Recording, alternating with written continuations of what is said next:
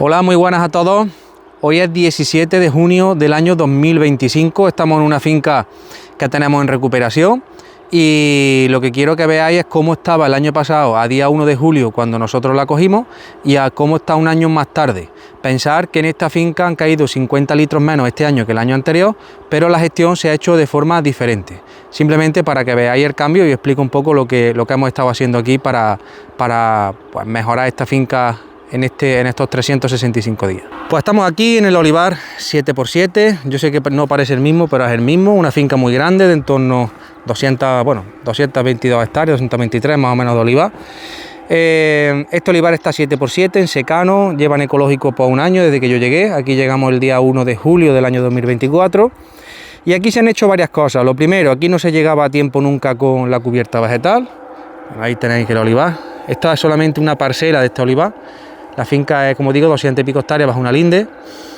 Y aquí lo que se hacía es que se llegaba tarde prácticamente un año sí y otro también a la cubierta vegetal. Este año nosotros, por haber tenido todo esto lleno de ramón, nos ha costado un poquito más esta parcela, pero bueno, entre la grada disco y el conquirde la hemos quitado perfectamente y a tiempo.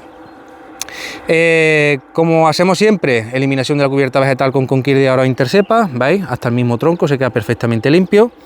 Luego, en invierno se le hizo una poda que tenía dos objetivos. Objetivo número uno, pues donde las cruces estaban en su sitio, hacerle un corte de vida, como estáis viendo ahí, y donde las cruces las tenía bajas, lo que hemos hecho ha sido realzarlas y dejarla que críe aquí arriba, dejarle las varetas estas que críen, y dentro el invierno de este año 2025, no, del 2026, vendremos, elegiremos las varetas que nos interesan para dejar la cruz, las dejaremos que desarrollen y seguramente dentro de 4 años, desde hoy, le tumbaremos la rama que queda para hacerle ya el olivo su cabeza en su sitio.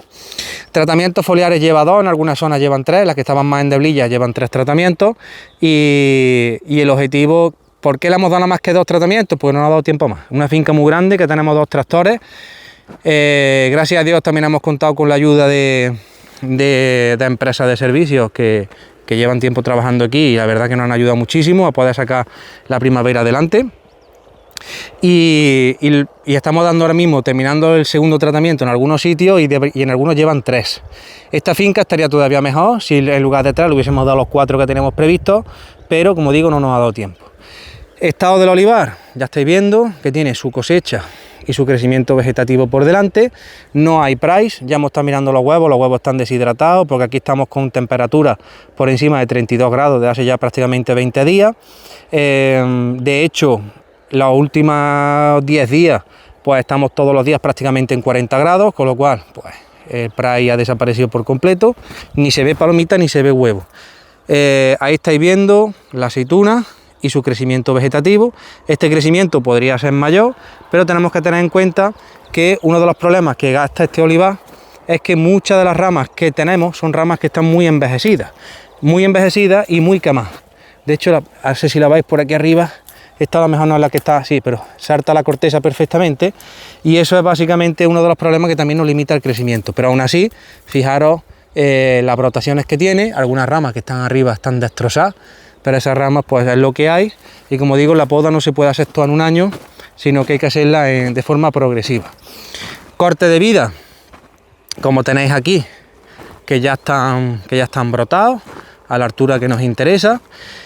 ¿Por qué me vine directamente a hacer la poda en este olivar? En esta parte del olivar, son 40 y algo hectáreas y aquí nadie de los que venían a coger la aceituna quería entrar aquí. ¿Por qué? Porque las copas, imaginaros ese olivo que ya está prácticamente cerrado con la rama aquella de allí, aquí no pasaban los tractores, se le rompían los tubos escapes, los pilotos de la intermitencia, rompían pues básicamente el tractor, un día sí, otro también. Entonces aquí no quería entrar nadie, lógicamente. Luego también las cruces estaban muy bajas y esas cruces bajas lo que hacían era que costaba muchísimo trabajo coger la aceituna. Entonces, luego también vimos una cosa que nos decía el dueño, que aquí siempre la aceituna tenía poco rendimiento. De hecho, el año pasado, a pesar del año de lluvia, tuvo una cosecha ligerita, sobre unos 4.000 kilos por hectárea, y el rendimiento creo que fue en bruto un 13 o un 14. Imaginaros cómo estaba la aceituna.